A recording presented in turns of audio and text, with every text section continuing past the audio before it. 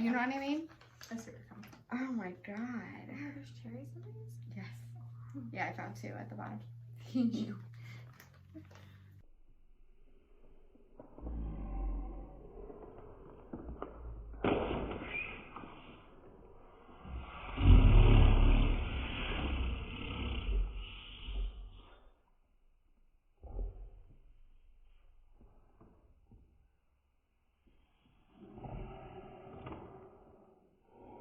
I think I have setting spray on. Dang it, sorry. Okay. I wanted to say cheers.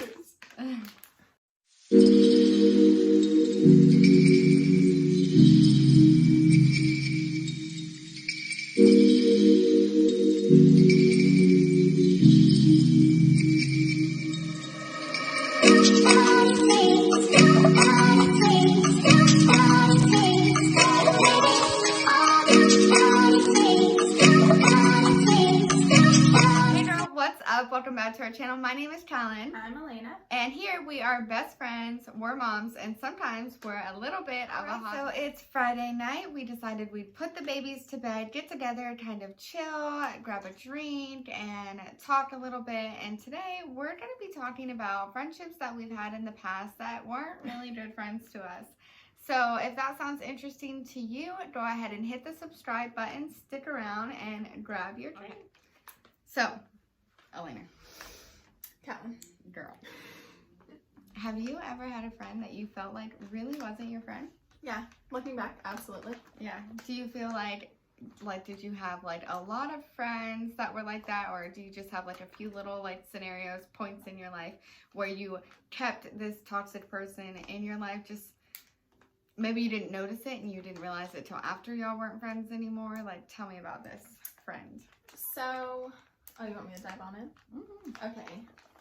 So the specific friend, her and I grew really close. It was right after I graduated, so I was like 18 or 19. And then one of my other friends, we were all kind of just a little group. We used to hang out all the time, and we were good friends. She kind of did her own thing. She's kind of the crazy one in the group. But she kept things fun, and she randomly like moved away. When she moved away, she literally was it okay, or did she like create her own life and y'all kind of, I mean, because sometimes distance is hard. I mean, I moved away from you in 9th grade and we didn't keep in contact. It's hard when you're young, and you said you're 18 years old. Yeah, so sometimes when you're not seeing each other every day, it's hard. But at what point did you feel the relationship was toxic? What sort of lead us to the events that you realized this is not a good friend? So she moved away, and she literally just fell off the face of the earth. We didn't hear from her, didn't have any contact with her. She deleted all social media. At what point did you start to feel like, okay, I don't think this girl is really my friend? So she came back and she like reconnected with us, and we're like, okay, this is cool. Like, missed you, missed your craziness. Yeah. And she seemed like she was kind of in a better place, a more stable place, like not a partier anymore. Okay. Which was fine, because that's where me and my other friend were at in our lives as well. Okay. She went through some really rough stuff, and I completely feel for her with that, and I tried to sympathize and be there as much as I could, even not understanding fully the situation because I'd never been through what she went through. Okay. But around the time I got pregnant with my first daughter, not my first daughter, what am I saying? I'm trying. Your second daughter. So around the time I got pregnant with my second daughter, Aria, that's when I started noticing things. I was very happy to be pregnant with Aria, obviously. It was very surprising to me. Yeah. And so, I mean, that's what I talked about, because we had like a group chat, and she was also pregnant at the time, and I was very excited for her, and I wanted her to talk about her baby, and I wanted to, you know, be kind excited. Of experience it together. Anyway, so one night we were all texting, and I was just talking about a baby shower. Like, this is when I was first, like, found out I was pregnant. Didn't know if I was having a boy or a girl. And it came up because she was like, okay, if it's a girl, are you going to have another baby shower? And I was like, what? Yeah, I'm going to do that. And instead of being happy for me, she goes, that's tacky. That's how I read it in my rude. mind. It was through text message. I don't know how she said it, but that's how I said it in my mind. Oh my god. And so, like, okay. I mean, I guess I see that point. I already have a daughter. But, like... Who cares? Right. It's only Exact words were, then you're not invited to my tacky baby shower. What did she say after that? Hold my bag. Oh. I want to see if we still have the text messages. Oh my god. Hang on, when was I pregnant? I'm going to read you word for word. Okay, do it, girl. This is how, sorry, I'll take my back. This is how it started. She was trying to pick a fight. Keep that in mind. Having a normal conversation, and she goes, what do people do for baby stuff for their second baby? So I said, huh? My other friend said, baby shower? She said, like, because you're only supposed to have a baby shower for the first baby. My other friend's name is Rose. That way I can refer to her by her name and not by other friend, because that's going to get really confusing. So Rose goes, that's not fair. Nick has Gabe, but if we have a child, best believe we're having a baby shower, as they should. Yeah, absolutely. Blended families. Yeah. That wouldn't be tacky at all. Her response, tacky ass. Laughing face, laughing face, laughing face. Tacky ass? Yes. Both of you? I guess Both of y'all are tacky? And she said, I mean that with love. What? How? Thank you. Oh my god. Rose says, I don't understand how that's tacky. I'm pregnant, by the way, so I'm ready to fight. Oh yeah. I'm ready to fight now. Oh my god. And she said, Rose, that would be your first baby. Of course you should have a baby shower. And that, we sent these text messages simultaneously, so I was like, so Rose doesn't get a baby shower at all? Okay. And Rose said false, because she absolutely plays a huge part in her stepson's life. Yeah. Right, yeah. So I said, call me tacky, then you're just not invited. Okay. And Rose said, I think Elaynna should have one. If she has a boy, it's different gender, especially because it's Tyler's first. So it doesn't matter that you're having another girl. It's exactly. That's how she's acting. That is rude. That's not being a good supportive friend. And so I said, Tyler's family is going to want to throw one either way. It's their first grandbaby. Yeah. She said, I was only asking. There you were. You were trying to pick a fight. Because you knew what that was going to blow up into. Having two friends that both have blended families. It's about to go down. Oh my god. I don't know what. That's not being a friend. Does she really think? She keeps like smiling and saying, love you though. And, you know, I just think that's tacky. That's not being a good friend. No. Like, where is that you're being a good friend? Right. It'd be different if me and Tyler were on our 5th kid and we had a baby shower every single time. Like, full-blown right. baby shower. Yeah. Like, that is a little different to me. But I mean, even so, yes, you want to do it? To each Go their for own. Exactly. Fine. To each their own. Was she doing little jabs after you told her you were pregnant? I'd have to go back. That we had normal conversations. Like, I would send her pictures of cute maternity clothes, and she'd be like, "Oh, I want a maternity pillow." Like, just normal. Yeah, nothing was normal weird. Conversations. Oh my god. And that's insane to me. It's about to go downhill because I get real. Oh my god. You want to come at me for my situation? Really perfect. That's fine. And well, you just shouldn't like rag on somebody about who's with somebody that like both their kids aren't with the dad. To me, all that matters is if the relationship didn't work out with the first kid that you had and you move on into a different relationship, and in that relationship they're good fathers, they're, you know, good man to you, they provide and give you and your children what you need, who cares that it's not their biological dad? Like, literally, who cares? So does that mean because it didn't work out with Ava's biological father, you just need to be alone? I guess so. I don't think so. I don't know the world acts. I don't know. But she said, I hope I'm never in that situation, to be honest. I said, yeah, I hope so too. I hope you and your husband work out. I hope you get to have your happy family. I would never wish this on someone, but guess what? That's what happened to me. I'm not going to sit here and cry about it. It's nothing to cry about. It's not the end of the world. And then Rose was a little bit confused. She was like, wait, you don't want to be in the situation of having a second baby? I said, no, Rose, she don't want 2 baby daddies. That's what she's saying. Let me just clear it up for you.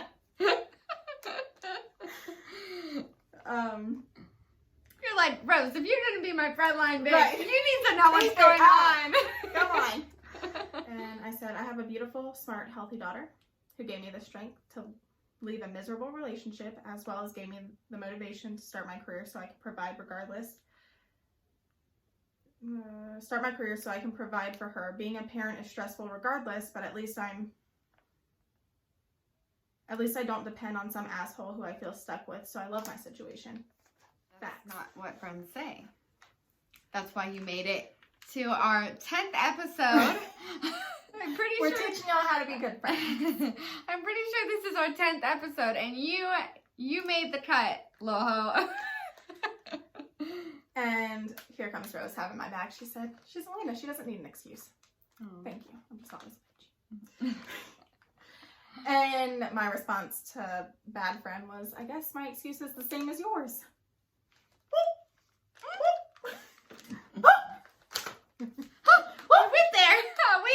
We went there.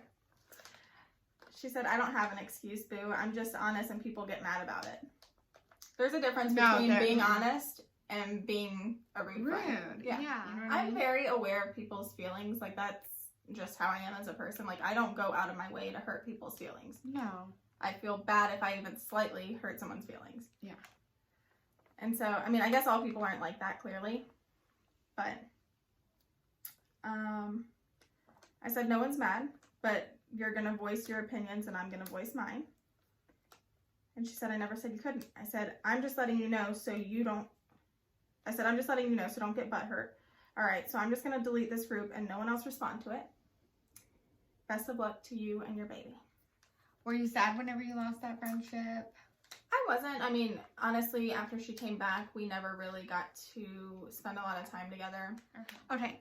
So I have a story too of a friend that I had that I don't think, looking back, I don't think she was a good friend.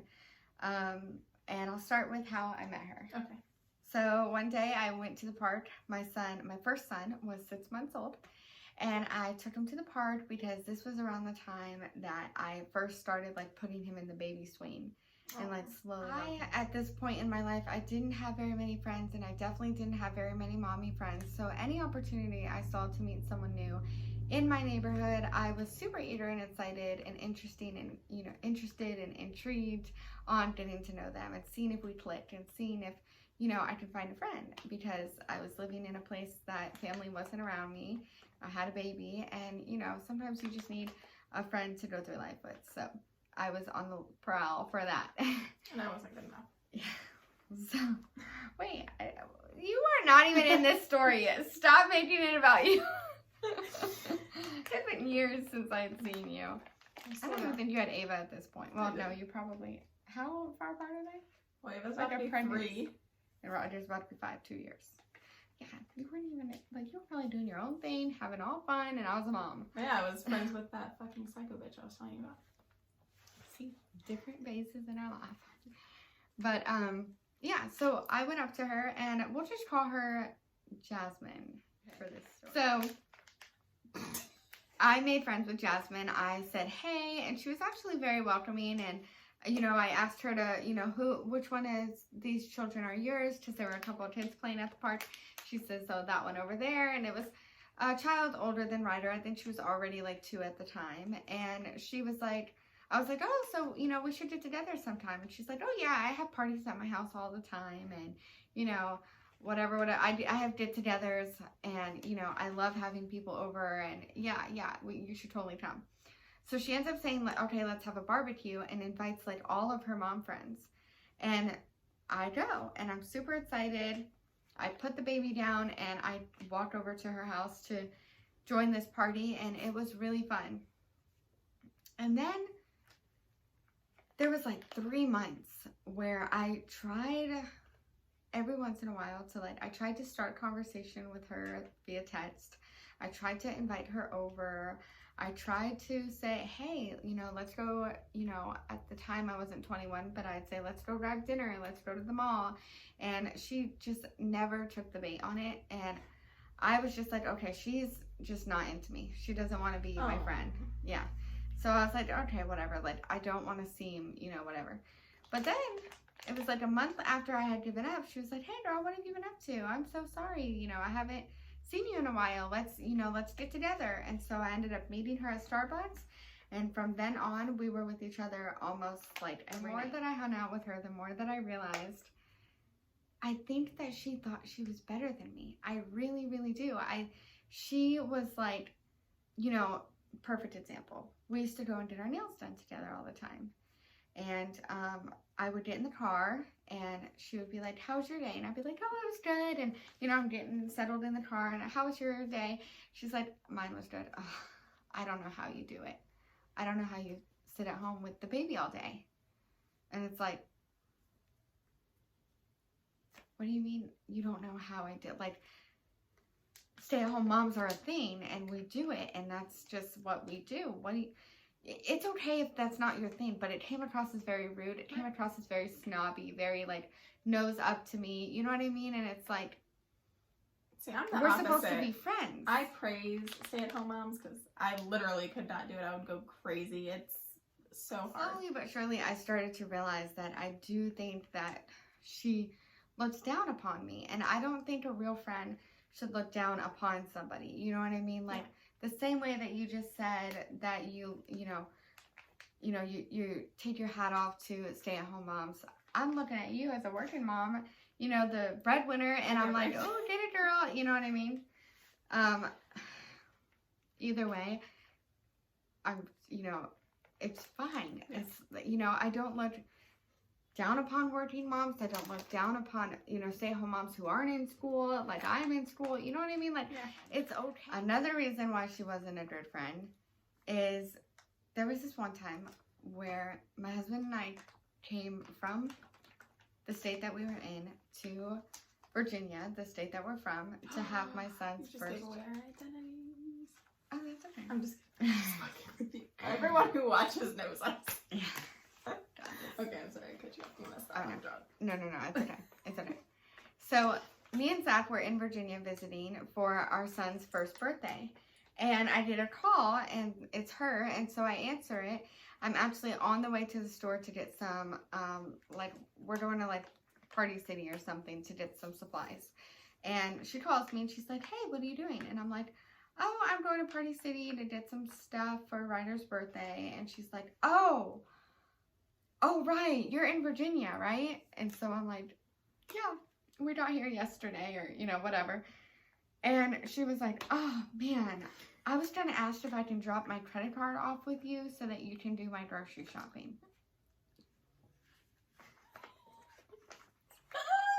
Because I've just been so busy. So it made me feel like you think that because I'm a stay-at-home mom, I'm not busy. She's busy. I am. She's busy. That's the biggest misconception is people think stay-at-home moms are not busy. And it's like her house is immaculate every single time I come over here. I know she's busy. So another thing that she would do is she was really flaky on me all the time. So she would say to me around like 2, she would say, oh yeah, I'm still gonna come over. So then I'd be like, okay, what time? And then she would say 6. And then 6 would come around and 6:30 would come around and I'd be like, hey girl, are you still coming? Oh yeah. I have to bathe and put down the baby. So then 7 would come around and 8 would come around and I'd be like, hey, are you still gonna come? It's okay if we need to switch. And she'd be like, no, I'm coming. So then 8:30 or 9 would come around and finally she'd be like, oh, I'm so sorry. Like, I'm not going to be able to make it. He's teething really bad or he's this or he's that. You know what I mean? Oh, no. And it was always really hurtful to me. You know what I mean? Because I guess my thing is like, don't fuck with somebody else's time. Yes. Like, somebody else's time is very, you know, it's priceless. And I'm sitting there waiting for you and then you're not gonna come. Like, I could have been showered and gone to bed with my husband. Instead, my husband goes to bed thinking I'm gonna have a guest and we can't go to bed together. Well, all the while I could have been going upstairs with him, or, you know, I could have been just doing something else. So, yeah, the reason why that friendship ended, I mean, of course, she obviously didn't value me as a friend, and she, you know, just used me for things, and it took me a while to accept that we weren't real friends, and I think that I was in a place where I really just wanted it to work. I really just wanted a friend, and so I was willing to just accept that for a while, but it ended up not working out, and it didn't end in a good way. I'm not proud of how it ended, and I learned a very valuable lesson from that, though. I learned that sometimes things are better left unsaid, and you don't always have to. But if you see that you're with a friend that is putting you down, or you feel like they're using you, or, you know what I mean, like in our situations, definitely just, you know, peacefully distance yourself, and, you know, just don't take that. You're not worth that, and there are people out there that want to be around you, that truly do love you and have your back. So just don't put up with those types of people in your life. Not those types of friends. If you guys enjoyed this, make sure to like and subscribe and leave some comments for us down below. We want to talk to you guys, and we will see you next time. Bye.